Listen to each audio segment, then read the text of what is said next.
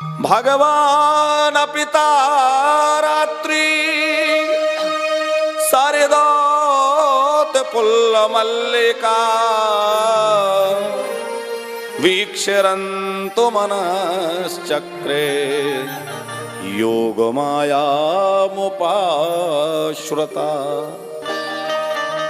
ठाकुर जी ने आज योग माया का आश्रय लिया। योग माया का अभिप्राय क्या है? योग माया बोलते हैं, पहले दिन की कथा में संभवतः हमने निवेदन किया था कि योग माया राधा रानी को ही कहा। यहां योग का मतलब होता है जुड़ना। जो ब्रह्म को और जीव को दोनों को जोड़ दे वो योग माया है, और जोड़ने वाली आह्लादनी शक्ति कोई और नहीं है, वो हमारी किशोरी श्री राधा रानी है। इसीलिए ब्रज के संत राधे राधे राधे राधे जपते रहते हैं। ब्रज में आप जाओ तो कृष्ण कृष्ण जपने वाले कम मिलेंगे। गली गली में आप जहां जाओगे राधे राधे, क्यों? बोले राधा की कृपा हो गई, राधा रानी मिल गई तो श्याम सुंदर तो मिल ही जाएंगे। तो हम लोग जो है राधा रानी से प्रार्थना करें कि हे राधे हमें भी रास में प्रवेश दीजिए।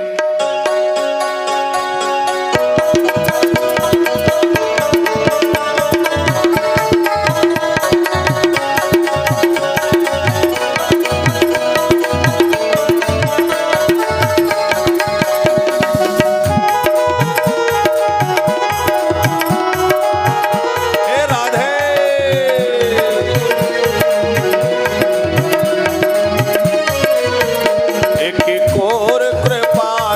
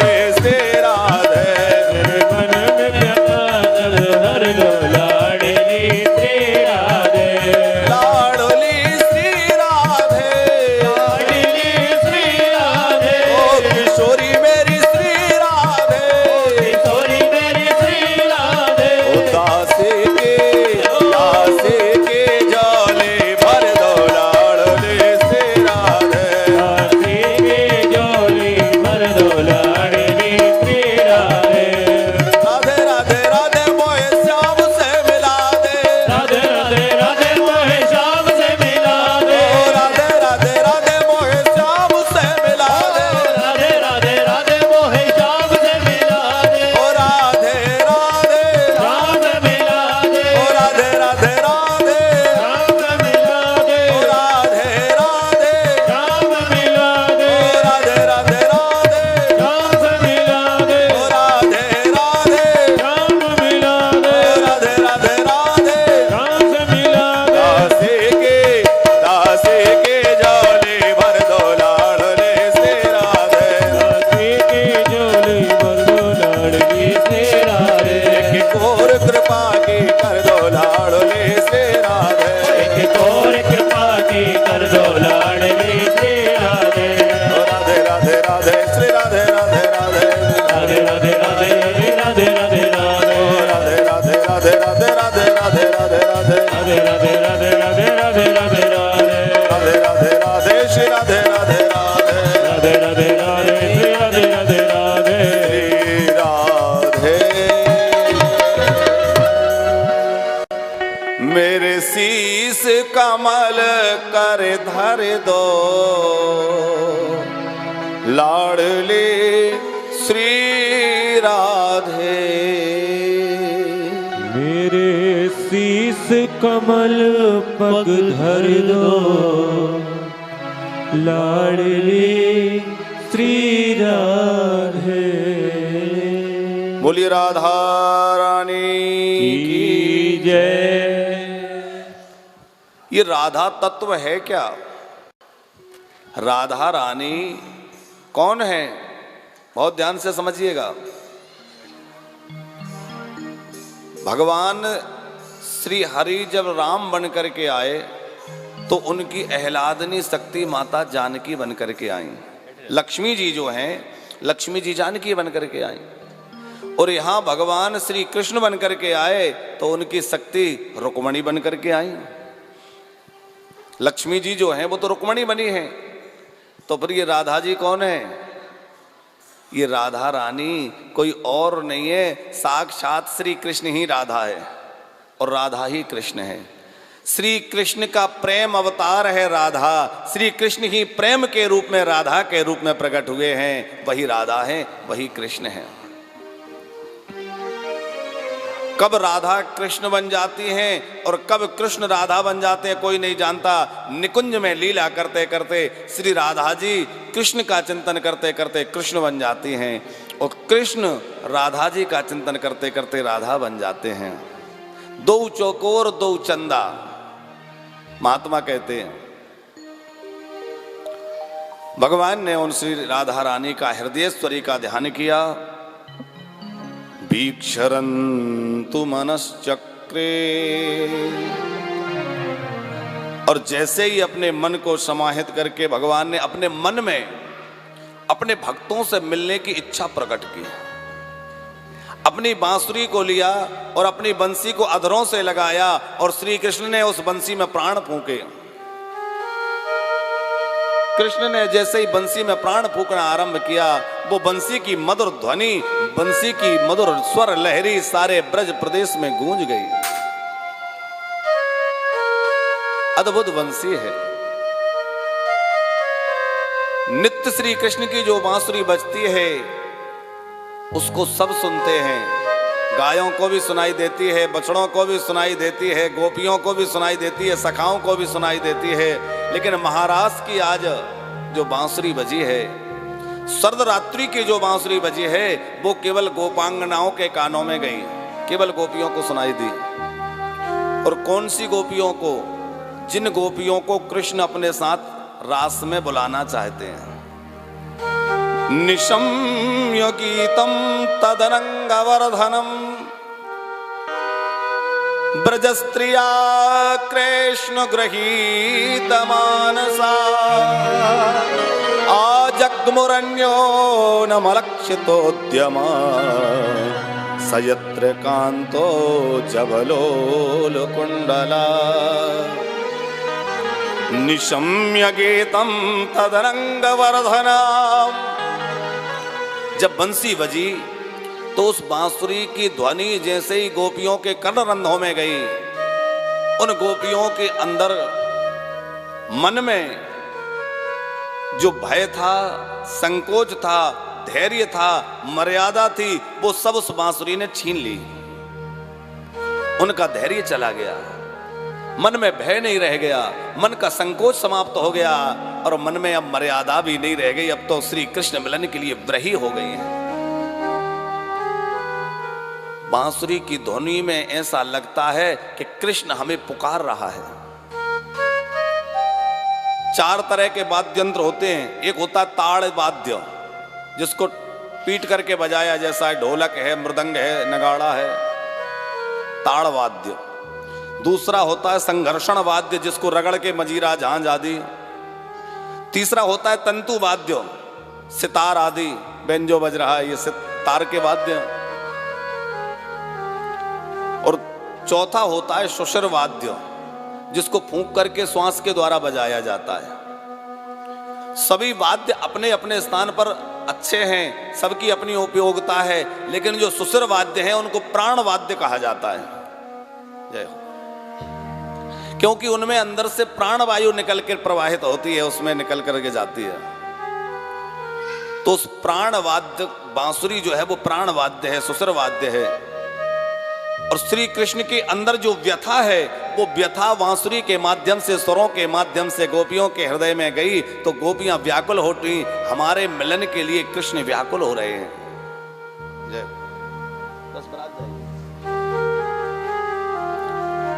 कृष्ण हमारे मिलन के लिए व्याकुल हैं, ऐसा गोपियों के मन में लगा। कृष्ण के मन में व्याकुलता हम सह नहीं सकती, इसलिए गोपियां दौड़ पड़ी। चीर हरण के प्रसंग में श्री कृष्ण ने गोपियों के ऊपर का आवरण भंग किया था, लेकिन बांसुरी बजा करके हृदय का आवरण, हृदय का कौन सा आवरण? अपने प्रेम को जिस आवरण में उन्होंने छुपा रखा है। बहुत ध्यान से सुनना, महाराज की कथा बड़ी गहरी है। अपने प्रेम को उन्होंने जिस वस्त्र में लपेट के छुपा रखा है, अब वो वस्त्र जब तक हटे नहीं तब तक वो प्रेम प्रकट कैसे हो? तो कृष्ण ने जो बांसुरी बजाई, उस बंसी के बजने से मानो उस वस्त्र का हरण हो गया हो और उनका प्रेम प्रकट हो गया। और जैसे प्रेम प्रकट हुआ तो गोपियां दौड़ पड़ी। अब तो अपने आप को रोक ना सकी, और जब दौड़ी तो उनकी अवस्था क्या है? सुखदेव जी कह रहे हैं, राजन दुहंत्यो विययो कश्चिद दोहमित्वा समुत्सुका पयोधिसृत्य संयावमन उदावास्या पराययो उदावास्या पराययो। श्री सुखदेव जी कहते हैं, राजन, नहीं थोड़ा बैकग्राउंड भरते रहो।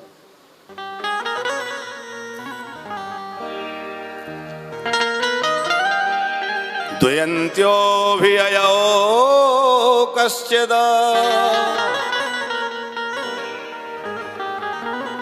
कोई कोई गौ दोहन कर रही थी, अभी दोहन पूरा नहीं हुआ और छोड़ करके दोहनी पात्र और दौड़ पड़ी। कोई कोई गोपी अपने लाला को दुग्धपान करा रही थी, लाला को गोद से गिरा दिया, दौड़ पड़ी। कोई गोपी जो है अपने घर का लेपन कर रही है, गोबर में हाथ सना हुआ है, लेकर के भाग चली, भूल गई मुझे हाथ ही नहीं धोया। कोई कोई गोपी अपने पति को भोजन परोस रही है, भोजन बीच में छोड़ दिया, दौड़ गई। कोई तो अपना श्रृंगार कर रही थी, एक आंख में अंजन लगाया है, दूसरे में भी लगाया ही नहीं, पैर की पायजेब गले में चंद्रहार की तरह पहन ली, चंद्रहार को पायजेब बना लिया है, उल्टा पुल्टा श्रृंगार कर लिया, भूल गई कि क्या करना है, कैसे करना है। क्यों? क्योंकि देह भान समाप्त हो गया, शरीर की सुध गोपियों को नहीं रही, और शरीर की सुध नहीं तो श्रृंगार की सुध किसको रहे? यदि ये स्त्री पुरुष का मिलन होता तो गोपियां अपने को 1000 बार दर्पण में निहार के जाती कि कैसी लग रही हो, लेकिन ये स्त्री पुरुष के मिलन की बात नहीं है, ये तो जो है जीव और ब्रह्म के मिलन की बात है। शरीर की अवस्था क्या है इसको ठाकुर नहीं देखते, ठाकुर तो हमारे हृदय की अवस्था को देखते हैं, हमारे मन की अवस्था क्या है। किन्हीं किन्हीं गोपियों को उनके परिवार जनों ने नहीं जाने दिया, हठात उनको पकड़ के प्रकोष्ठ में बंद कर दिया। वो गोपियां अन्य गोपियों से पहले पहुंच गईं। सुखदेव जी कहते हैं जग जहूर गुणमयम देहम सद्या प्रक्षीण बांधवा, श्रद्धा प्रक्षीण बांधवा। उनका वो शरीर तो घर में रह गया, बंद हो गया, कमरे में बंद करके कुंडी लगा दी। उनको चिन्ह में शाश्वत देह प्राप्त हो गई और वो रास में पहुंच गई। यमुना की उस रमण रेती में हजारों हजार नागरियां, वो ब्रजांगनाएं दौड़ती हुई उस ब्रज प्रदेश में आ रही हैं और कृष्ण ने उन गोपियों को दौड़ते हुए देखा तो गदगद हो गए, प्रसन्न हो गए और हाथ फैला करके गोपियों का स्वागत किया है। स्वागतम वो महाभागा प्रियम किम करवाणि वा, ब्रजस्यानमयं कश्चिद ब्रूता गमन कारणं, ब्रूता गमन कारणं।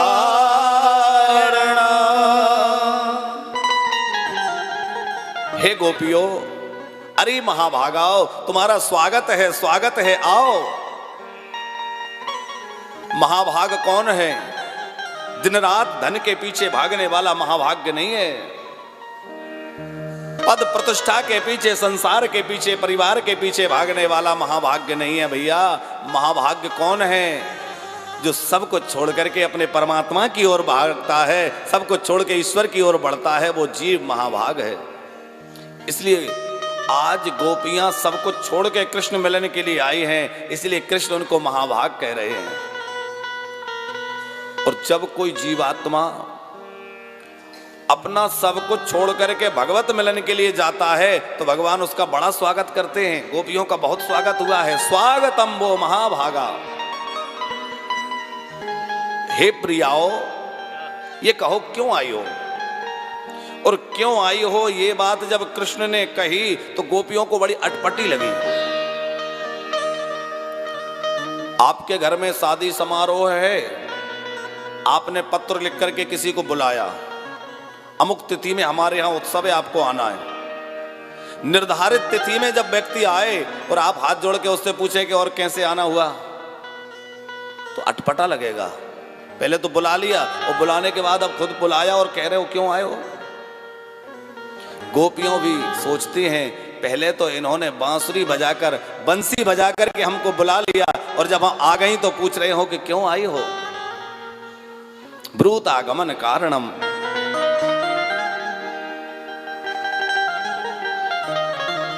श्री कृष्ण ने कहा गोपियों, संभवतः तुम ब्रज के सौंदर्य को निहारने आए हो।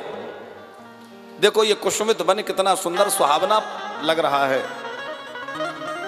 अब तुमने वन को देख लिया, सौंदर्य को देख लिया, अब लौट जाओ। और जैसे ही लौट जाने की बात गोपियों ने कही तो गोपियां व्याकुल हो गईं। गोपियों के नेत्रों से सहसा जल निकल गया, अश्रु प्रवाहित होने लग गए। गोपी का चरण के नख से पृथ्वी को कुरेद रही है। गोपी ने अपने ओष्ठ अधराष्टों को, अधरोष्टों को अपने दंतावली से दबा रखा है, नेत्रों से अश्रु बह रहा है और कह रही हैं कन्हैया, हमारे त्याग में, हमारे प्रेम में, हमारे समर्पण में क्या कमी रह गई जो आप हमें लौट जाने के लिए कह रहे हो। क्यों लौट जाएं? कृष्ण बड़ी लंबी साधना के बाद, बड़े लंबे समय के बाद कोई आपकी ओर बढ़ पाता है। कन्हैया, इस दुस्तज्ज संसार को छोड़ना इतना सहज नहीं है। बड़ी कठिनाइयों के बाद कोई जन्म जन्मांतरों के बाद इस संसार को छोड़ पाता है, और आज हम छोड़कर आपकी ओर बढ़ी तो आप कह रहे हो कि लौट जाओ। क्यों कृष्ण लौटने की बात क्यों कह रहे हैं? देखो, वैराग्य जो है वो 4 प्रकार का होता है। एक होता है विवेक पूर्वक वैराग्य। हमें विवेक हो गया कि ये अच्छा है, ये बुरा है, तो जो बुरा है उससे वैराग्य हो गया, उसको बोलते हैं विवेक पूर्वक वैराग्य। दूसरा होता है दोष दृष्टि पूर्वक वैराग्य। किसी वस्तु में हमें दोष दिखने लगा, हमें वो बेकार लगने लगी, हमें उससे वैराग्य हो गया, उससे पर कोई प्रयोजन नहीं रहा।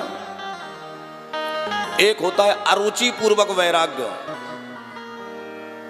हमें किसी वस्तु से अरुचि हो गई, भोजन में किसी को रसगुल्ले से अरुचि हो गई, वो भले ही कितना मीठा है लेकिन हमें अरुचि, हम नहीं खाते, उससे वैराग्य हो गया। चौथा और सर्वश्रेष्ठ सर्वोत्तम वैराग्य जो है वो है भगवत रति पूर्वक वैराग्य। कुछ लोगों का ऐसा भी वैराग्य है कि उनको संसार तो अच्छा नहीं लगता लेकिन उनको भगवान भी अच्छे नहीं लगते। संसार का सेवन तो वो नहीं करते लेकिन भगवान का सेवन भी नहीं कर रहे हैं, भगवान में भी उनकी रति नहीं है, तो वो वैराग्य भी कोई बहुत ज्यादा महत्वपूर्ण नहीं है। त्याग की उपयोगिता, वैराग्य की महत्वता तब है जब हम त्याग संसार का करके ठाकुर जी के चरणों को पकड़ लें, श्री ठाकुर जी के चरणों में लग जाएं। गोपियों का वैराग्य किस कोटि का है श्री कृष्ण देखना चाहते हैं। भगवत रति पूर्वक जो वैराग्य है, भगवत प्रीति पूर्वक जो वैराग्य है वो सर्वोत्तम कोटि का है, और गोपियों का तो वही वैराग्य है, उन्हें तो कृष्ण चरणार विंदों की चंचरीक बन गई है वो। श्री कृष्ण कह रहे हैं गोपियों, मातुरः पित्रा पुत्रो भ्रात्रा पतयश्च वा विचिन्वन्ति है पश्यन्तो मां कृड्वं बंधु साध्वसम्, मां कृड्वं बंधु साध्वसम्। गोपियों, तुम्हारे परिवार जन तुम्हारी प्रतीक्षा कर रहे होंगे, तुम्हारे माता पिता गुरु भाई बंधु तुम्हारी प्रतीक्षा में होंगे, जाओ जाकर के उनकी सेवा करो। गोपियां कह रही हैं, श्याम सुंदर कौन से माता पिता की बात कर रहे हो? संत कहते हैं, तुमेव माता च पिता तुमेव, त्वमेव बंधो च सखा त्वमेव, त्वमेव विद्या द्रवणाम त्वमेव, त्वमेव सर्वं मम देव देव। तुम ही गुरु हो, तुम ही माता हो, तुम ही पिता हो। श्री लखनलाल जी प्रभु राम से कह रहे हैं, गुरु पे तुम तो ना जानहु का, गुरु पे तुम तो ना, गुरु पे तुम तो न जानहु का, गुरु पे तुम ते न जानहु का, मोरे सवाए हाथु तुम स्वामी, मोरे सवाए हाथु तुम स्वामी, दीन बंधु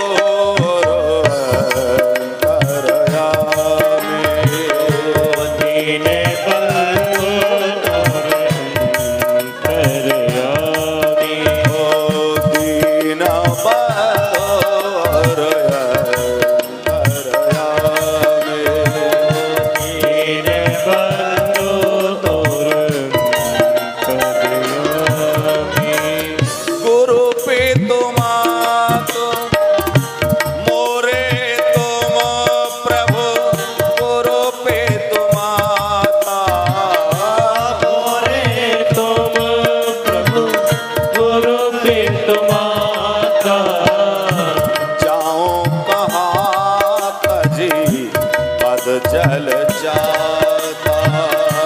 जाओ कहाँ कहीं अब जल जाता। ओ मोरे तुम प्रभु गुरु पे तुम्हारा। मोरे तुम प्रभु गुरु पे तुम्हारा। जाऊं कहाँ तजी पद जल जाता। जाओ कहाँ तजी अब जल जाता। जाऊं कहाँ तजी पद जल जाता। सब कुछ तो आप हैं, पर आपको छोड़कर के कहां जाएं। श्री कृष्ण गोपियों से कहते हैं, गोपियों पति कैसा भी हो, एक स्त्री का धर्म है कि अपने पति की सेवा करें। दुस्सील हो, जड़ हो, वृद्ध हो, मूर्ख हो, रोगी हो, निर्धन हो, दुस्सीला दुर्भगो वृद्धो जड़ो रोग्य धनो पिवा पति स्त्रीभिर्न हन्तव्यो लोकेषु भिरुपातुके। पति चाहे जैसा हो उसका परित्याग पत्नी ना करे, केवल एक अवस्था में त्याग हो सकता है, लोकेषु भिरुपातुकी। पापी पति हो तो त्यागा जा सकता है। श्री हरि।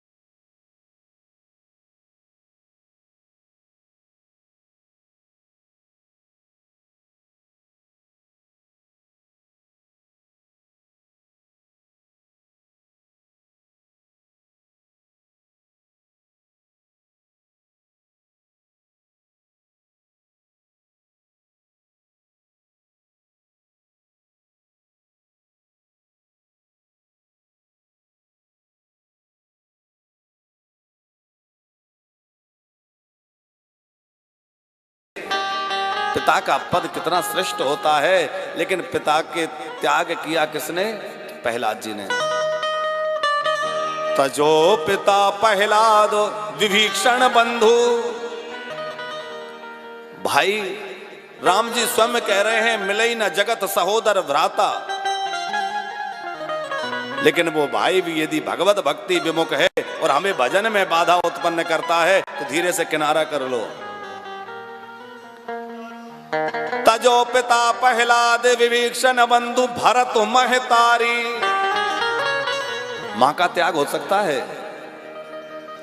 जिस जननी ने जन्म दिया, लेकिन भरत जी ने राम वनवास के बाद में कभी कैकेयी को मां कह करके पुकारा नहीं है।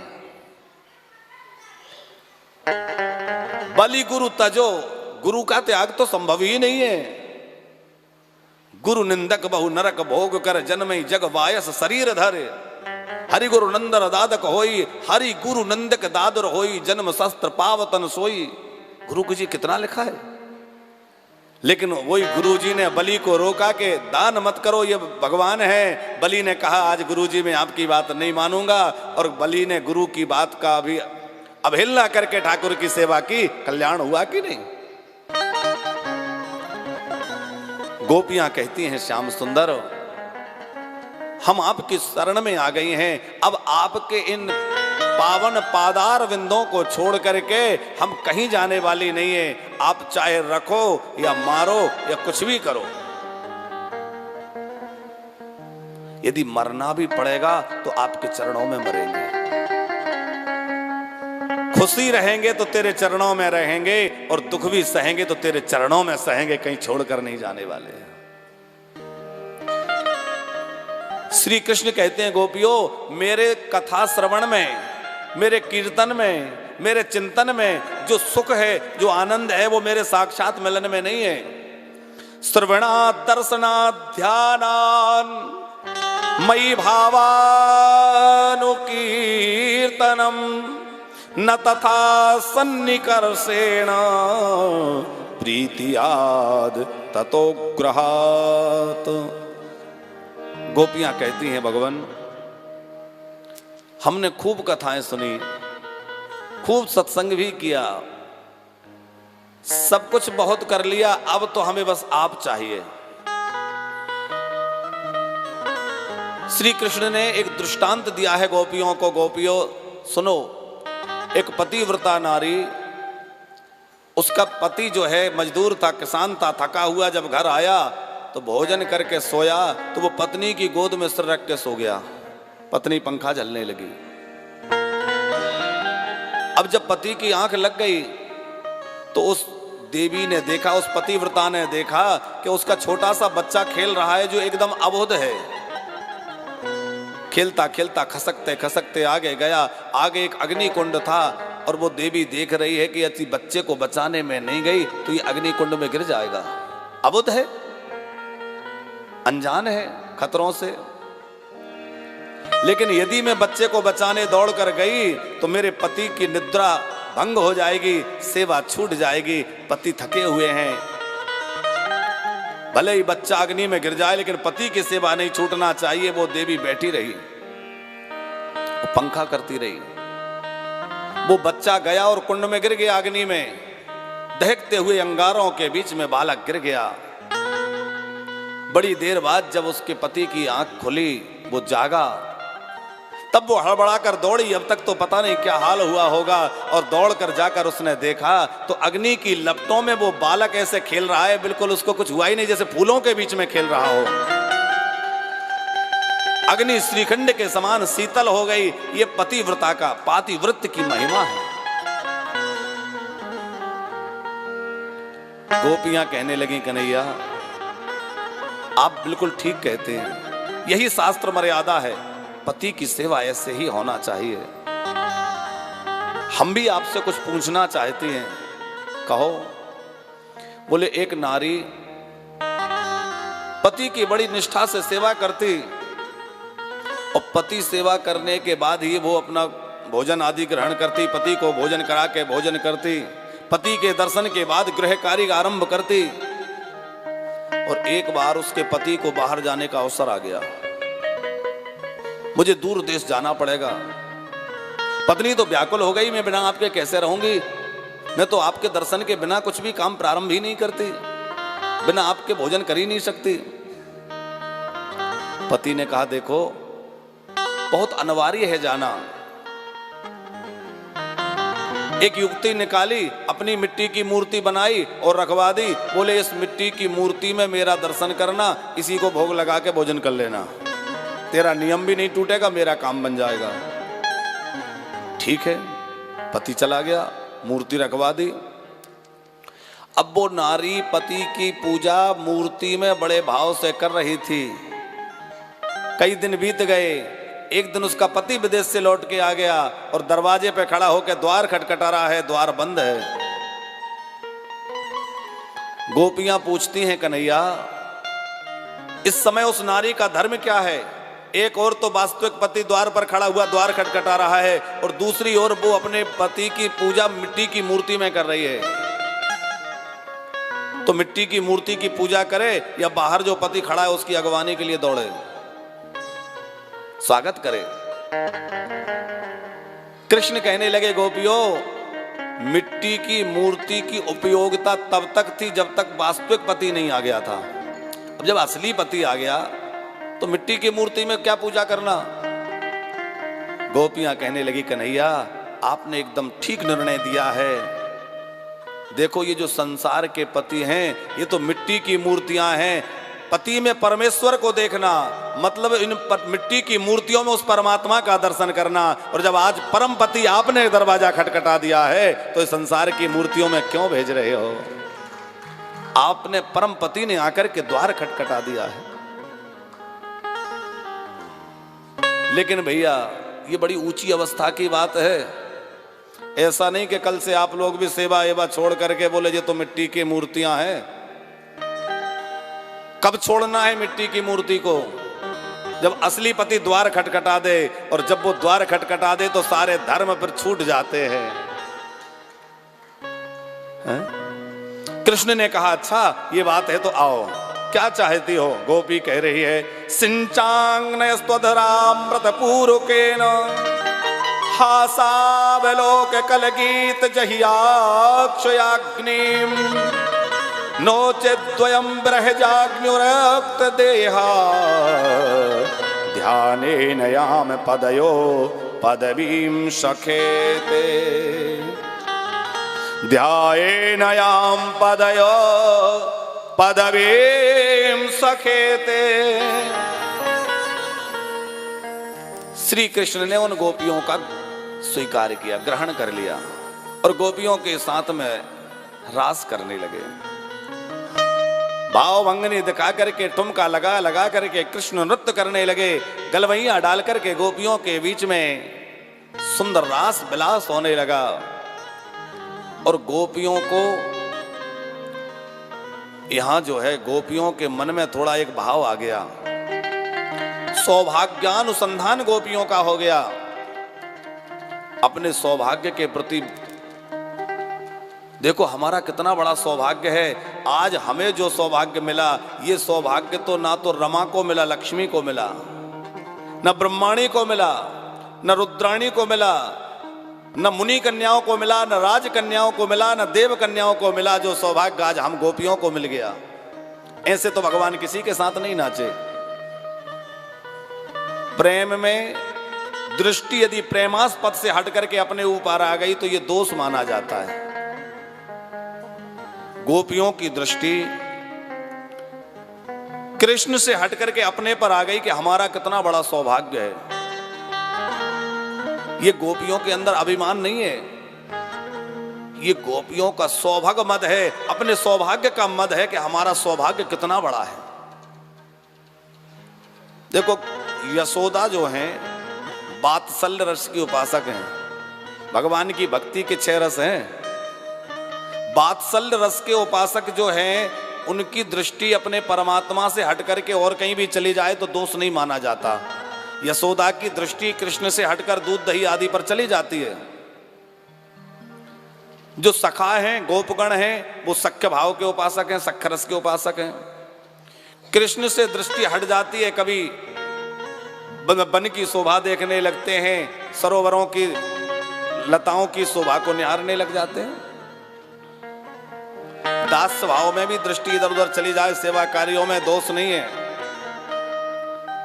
लेकिन युगल भाव में, कांत भाव में, प्रियतम के भाव में जब भर जाएं तब दृष्टि हटना नहीं चाहिए। हमारी दृष्टि सर्वतो भावेन श्री हरि के चरणों में, ठाकुर जी के अपने प्रियतम के चरणों में लगी रहना चाहिए। गोपियों को सौभाग्यानुसंधान हो गया और उसी समय श्री कृष्ण उन गोपियों के मध्य से अंतर्ध्यान हो गए। तासाम तद सौभगमदम वीक्षमानम च केशवम प्रसमानाय प्रसादाय तत्रैव वान्तर्धीयते तत्रैव वान्तर्धीयते।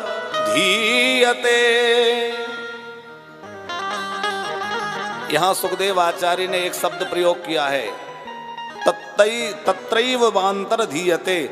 उसी समय श्री कृष्ण अंतर्हित हो गए। अंतर ध्यान नहीं लिखा, अंतर्हित। अंतर्हित का एक अर्थ तो ये है कि वहां से श्री कृष्ण ओझल हो गए, और दूसरा अभिप्राय ये है अंतर्हित होने का कि भगवान गोपियों का अंदर से हित चाहते हैं। उनके हृदय में जो सूक्ष्म कोई वासना रह गई है, कोई वासना का मल रह गया है तो उसको जलाना है, और जलाने के लिए अग्नि चाहिए। तो वो अग्नि कहां से प्रकट होगी? ब्रह की अग्नि, अपने ब्रह की अग्नि प्रकट कर दी। उस ब्रह अग्नि में गोपियों के अंदर जो सूक्ष्म मल भी रहा होगा जल के समाप्त हो गया। गोपियों के पाप और पुण्य दोनों समाप्त हो गए। श्री कृष्ण के ब्रह की अग्नि में जल करके पाप नष्ट हो गए। और श्री कृष्ण जब मिले थे उनके मिलन के सुख में पुण्य नष्ट हो गए। अब आप कहेंगे पुण्य क्यों नष्ट हुए? जब तक जीवन में पुण्य रहेगा तब तक भी उन पुण्यों का परिणाम भोगने हमें आना पड़ेगा। जन्म मरण कब तक? पाप किया है तो पाप भोगने आना पड़ेगा और पुण्य किया है तो पुण्य भोगने आना पड़ेगा। लेकिन परम गति कब होगी? ना पुण्य होगा ना पाप होगा, सर्वतो भावेन समर्पण होगा। गोपियों के पाप और पुण्य दोनों क्षीण हो गए। अब तो कृष्ण को ना देख करके गोपियां रोने लगी और व्याकुल होकर के रोती हुई गोपियां आगे बढ़ी हैं। उस ब्रज प्रदेश में गोपियां आगे बढ़ी, रमण रेती में श्री कृष्ण को खोज रही हैं। खोजते खोजते बड़ी दूर तक वन की तलहटी में जाकर के देख रही हैं, कृष्ण कहीं नजर नहीं आ रहे। व्याकुल होकर के रो रही हैं, अश्रुपात हो रहा है। ब्रह से इतनी व्यथित हो गई गोपियां कि उनको ये भी ध्यान नहीं रहा कि हमें किससे पूछना चाहिए और किससे नहीं पूछना चाहिए, कौन उत्तर दे सकता है कौन नहीं, ये भी वो भूल गई। वृक्षों से पूछ रही हैं, कोई बरगद से पूछती है, कोई पीपल से पूछती है, और एक तुलसी का पौधा दिखाई दे गया, जाकर के चरणों में बैठ गई। कश्चिद तुलसी कल्याणी गोविंद चरण प्रिय सहे कुलाल कुलैर बिभ्रद दृष्टते प्रयोच्युता। अरे तुलसी, क्या तुमने हमारे ठाकुर जी को देखा है? हवा के झोंके से तुलसी हिली तो लगा कि ये भी उत्तर देने वाली नहीं है। यमुना जी से पूछने लगी हैं, यमुना तो भी बताओ छलिया कहाँ गया है? हरे यमुना तो भी बताओ छलिया कहाँ गया है? तुम भी चली गई हो कहती है नील धारा, तुम भी चली गई हो कहती है नील धारा, तुम भी चली गई हो कहती है नील धारा, तुम ही चली गई हो कहती है नील धारा। मुरली बजा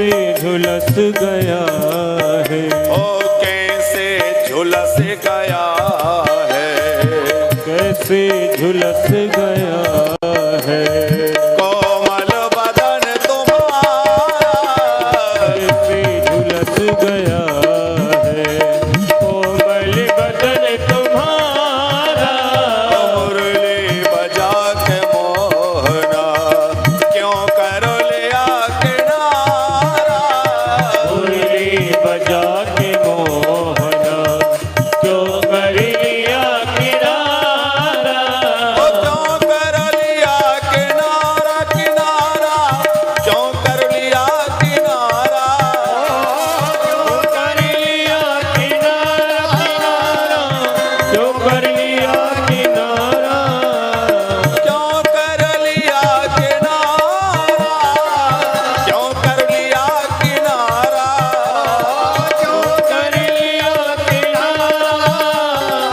क्यों कर लिया किनारा, क्यों कर लिया किनारा, मुरली बजा के मोहना, मुरली बजा के मोहना क्यों कर लिया किनारा, मुरली बजा के मोहना क्यों कर लिया किनारा, मुरली बजा के मोहना क्यों कर लिया किनारा, मुरली बजा के मोहना क्यों कर लिया किनारा।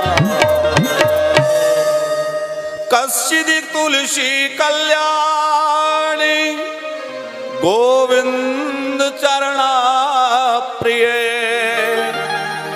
सहित्वालि कुलैर बिभ्रद दृष्टते प्रयोच्युता।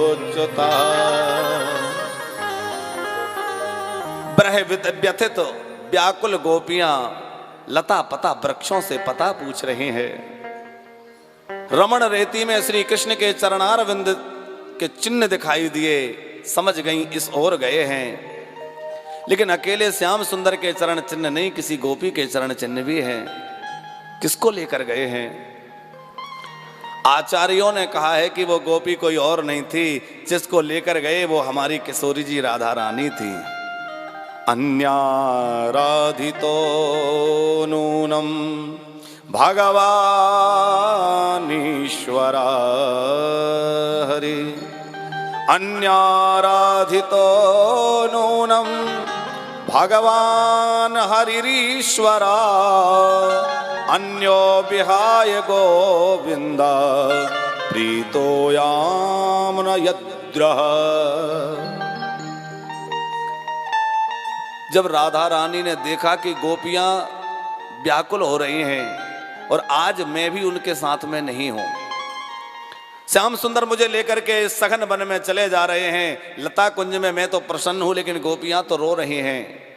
मैं गोपियों को मिलूं तो कृष्ण मिल जाएंगे। लोग कहते हैं कि राधा जी के मन में मान आ गया कि देखो मैं सबसे श्रेष्ठ हूं, मुझे ले आए। राधा प्रेम रूपा है, प्रेम बिब्बला है राधा, और प्रेम वहीं टिकता है जहां अहंकार नहीं होता। राधा जी में अहंकार आ ही नहीं सकता, अहम नहीं आ सकता। राधा जी में तो बस एक ही वस्तु है और वो है करुणा बरसाने वाली राधे। क्या बरसाने वाली राधे हैं? प्रेम बरसाने वाली राधे हैं, करुणा बरसाने वाली राधा है, इसलिए तो उनको राधा रानी बरसाने वाली कहते हैं। उनकी करुणा प्रकट हुई और उन्होंने कहा, प्यारे अब मुझसे चला नहीं जाता। ये इसको कम क्यों कर देते हैं, हल्का सा बड़ा इसको। श्री हरि श्री हरि। अब मुझसे और चला नहीं जाता, इतने ही रहने दीजिए। अब मुझे अपने कंधे पे बिठा लीजिए। और जैसे ही प्रभु कंधे पे बिठाने के लिए कहा कि इस लता को पकड़ो, लता पकड़ करके कंधे पे बैठने के लिए जैसे ही गई, उसी समय श्याम सुंदर वहां से अंतर्ध्यान हो गए। राधा जी उसी स्थान पर गोपियों की प्रतीक्षा कर रही हैं। पीछे से गोपियां आई तो गोपियों को राधा जी मिली तो ढाढ़स बंध गया कि अब कृष्ण मिल जाएगा। और गोपियों के साथ में पुकारा है, हा नाथ रमण पृष्ठ क्वासी क्वासी महाभुज दास्यास्ते कृतप्रणायामे सखे दर्शय सन्निधान। श्याम सुंदर को पुकारा है और गोपियों ने यहां पर एक गीत गाया है, जिस गीत का नाम है गोपी गीत। इसी गीत के द्वारा गोपियों को गोविंद की प्राप्ति हुई, तो हम आप भी प्रेम पूर्वक इस गोपी गीत को गाएंगे। संस्कृत में गीत है, जिनकी समझ में आए बहुत अच्छा है, नहीं भी आए तो इतना समझ लें कि ये प्रेम गीत है कृष्ण को पाने के लिए। सभी लोग बड़े भाव से नेत्र बंद करके यही प्रार्थना करेंगे कि प्रभु हम भी आपसे बिछुड़ गए हैं, हम भी तो आपसे अलग हो गए हैं भगवान, हमारे ऊपर भी कृपा करुणा कीजिए और हम जीवों को भी अपना लीजिए।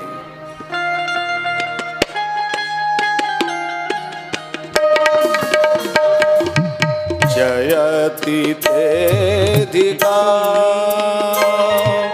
जन्मना प्रजा श्रयत इंदिरा शाश्वत प्रदीप दयति दृश्यता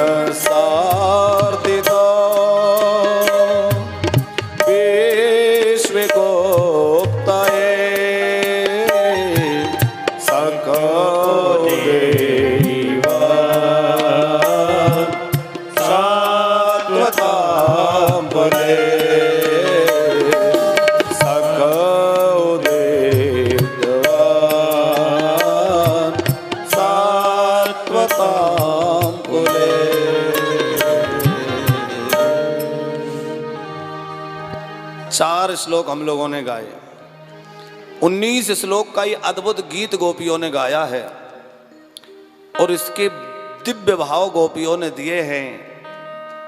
गोपियां इस गीत में कह रही हैं, गोविंद, हे गोविंद, आपके अवतरण से इस ब्रज प्रदेश की शोभा बैकुंठ से भी ज्यादा बढ़ गई है। अच्छा, हमें मारना ही था तो बचाया क्यों? मानो मन ही मन कृष्ण ने पूछा कि बचाया कब? बोले उस समय वो अघासुर से बकासुर से, बत्सासुर से, धेनुकासुर से, इन असुरों से तो हमें बचा लिया, और आज अपने ब्रह के असुर में ब्रहासुर के द्वारा खबा रहे हैं। मानी आज तक रक्षा की, आज मार डालना चाह रहे हैं। अब जब जलाना ही था तो उस दिन वन में अग्नि लग गई थी, तब जल जाने दिया होता। जब ब्रज में एक बार अग्नि लग गई थी, कृष्ण ने अग्नि पान करके बचाया था। बोले ब्रह अग्नि में ना जलना पड़ता, यदि उस अग्नि में जल जाती तो विष जला प्याद व्याल राक्षसाद, इंद्र की वर्षा में बह जाने दिया होता तो आज ये दुख, ये दिन तो नहीं देखना पड़ता। ठीक वैसे ही स्वभाव है आपका, जैसे कोई व्यक्ति किसी बकरी को, किसी जीव को पहले तो रक्षण करे, जीवों से बचाए, खूब हरी हरी घास खिलाए, एक दिन खुद ही बलि चढ़ा दे। आज तक हमारी रक्षा की, आज हमें ब्रह में रुलाकर मार रहे हो। बहुत प्यारा गीत है, और अब समय ज्यादा नहीं है, इसलिए इस गीत को इतना ही रहने दे। देखो हमारा एक भाव था इस कथा के लिए, हमने संभवतः हमारे योगेंद्र कौशल जी से निवेदन भी किया था कि हरिद्वार में गंगा जी के तट पर जो कथा हो, केवल और केवल वो रास पंचाध्यायी या केवल दसम स्कंद पर हो, भागवत जी का दसम स्कंद जो है, क्योंकि कथाएं बहुत हैं, समय कम होता है, फिर कथाओं को विस्तार नहीं दे पाते। ये दिव्य लीलाएं हैं, बड़ी अद्भुत कथाएं हैं। तो हमारा भाव तो ये था कि गंगा जी के तट पर जो कथा हो वो केवल 10वें स्कंद की कथा हो, बाल लीलाएं और ठाकुर जी की ये लीलाएं भर गाएं, बाकी सब बाद में। लेकिन फिर लगा कि नहीं, अब इतनी दूर से लोग यजमान बनकर जा रहे हैं, उन्हें लगेगा कि सप्ताह हमारा अधूरा सा रह गया। यद्यपि भगवान की कथा अधूरी नहीं होती, पर ठाकुर जी कृपा करेंगे तो इस भाव को आगे कहीं ऐसा कोई आयोजन बनेगा कभी भागवत का, तो केवल फिर 10वें स्कंद पर ही कथा करेंगे ठाकुर जी की जो बाल लीलाएं हैं, गोपी गौचारण की लीला है, महाराज की लीला है, इन्हीं लीलाओं का चिंतन भर खूब 7 दिन तक करेंगे। अभी महाराज को प्रणाम करें। गोपियों ने गीत गाया, और जब ठाकुर जी प्रकट नहीं हुए तो गोपियां रोने लगी। इति गोप्या प्रगायन्त प्रलपत्यंस चित्रधा रुरुरुहु सस्वरम राजन कृष्ण दर्शन लालसा। कृष्ण दर्शन की लालसा से गोपियां रोने लगी। तो गोपियों के मध्य में श्री कृष्ण महारास बिहारी जो हैं वो रास बिहारी प्रकट हो गए। तासामाभिक्षोरे श्यामान मुकाम्बुजा। श्री कृष्ण उन गोपियों के मध्य में महारास करने के लिए रास बिहारी प्रकट हो गए हैं। बोलिए रास बिहारी भगवान की जय। और जैसे ही रास बिहारी प्रकट हुए, गोपियां जो है उनके साथ में आनंदित होकर के नृत्य करने लगी, और अब हम महारास की लीला का दर्शन